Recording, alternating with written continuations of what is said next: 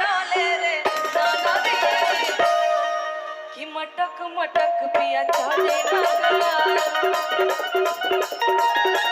मटक मटक पिया चले करे हैया डोले रे नदी मटक मटक पिया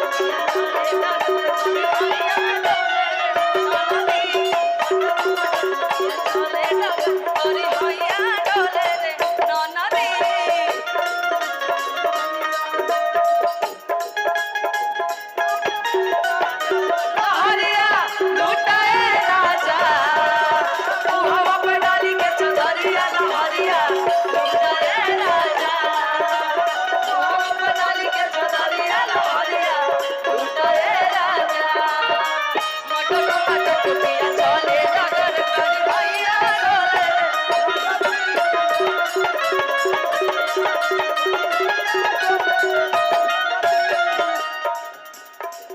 तोहरा भैया के सबसे अलग पायना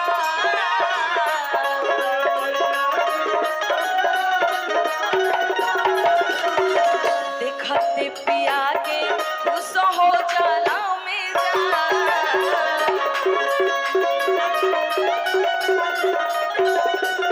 कहलिए लास्ट में कि डोले मनवा जैसे पलंग के पुलैया डोले रे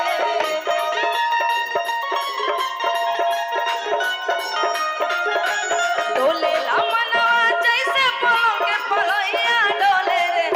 नदी मटक मटक पिया चले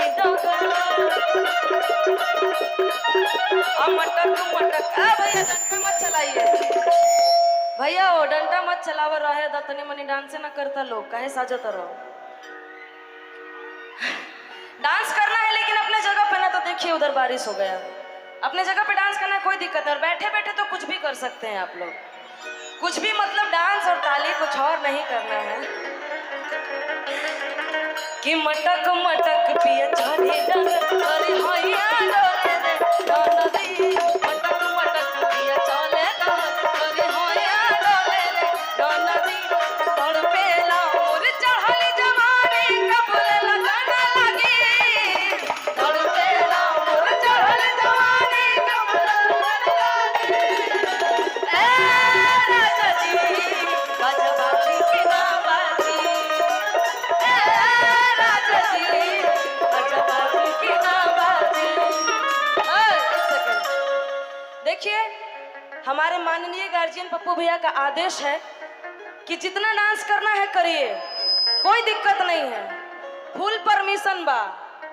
तो ऐसे इतना कंजूसी नहीं करना नहीं तो सबको हम यहाँ से श्राप दे देंगे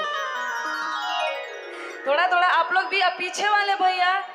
का भइल बतो उन लोग के हाँ थोड़ा सा हाजिरी लगाते रहिए आप सब भी और आप लोग तो बहुत अच्छे हैं इतने अच्छे हैं कि एकदम आई लव यू बोलने लायक हैं आप लोग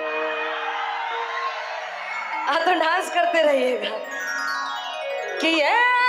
राजा जी बाजा बाजी की ना बाजी राजा जी बाजा बाजी की ना बाजी तड़पेला मोर चढ़ल जवानी कबूल लगाना लगी तड़पेला मोर चढ़ल जवानी कबूल लगाना लगी राजा जी बाजा सैया जी बाजा बाजी की ना बाजी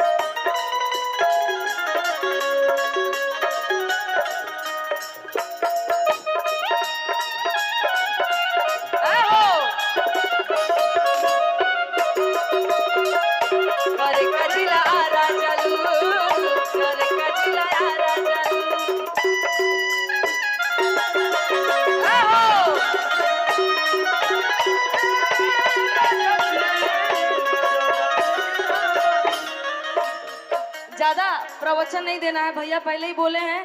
कि एकदम लगातार गायकी होना चाहिए ज्यादा बीच में बातचीत मत करिएगा ना तो बात करे के तो बहुत मन बा हमारा आई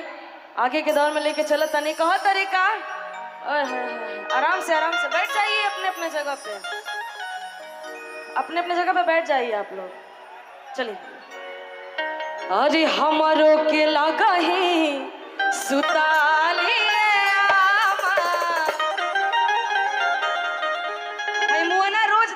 लेके आवता गति पे गति करता।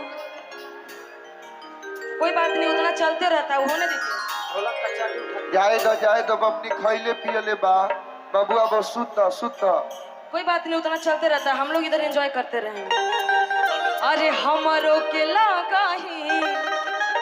असुतालिए अब बेटा राउर पी के रोजे करे ले डरामा, बेटा राउर पी के रोजे हमरो के लगाही हमरो के लगाही सुतालिए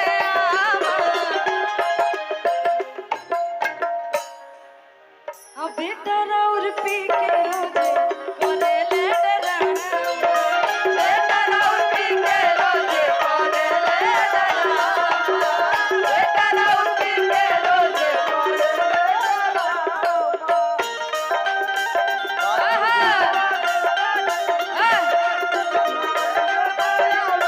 पवनी करे शोर जिया रे डोले ऐसे जैसे मनमाना दे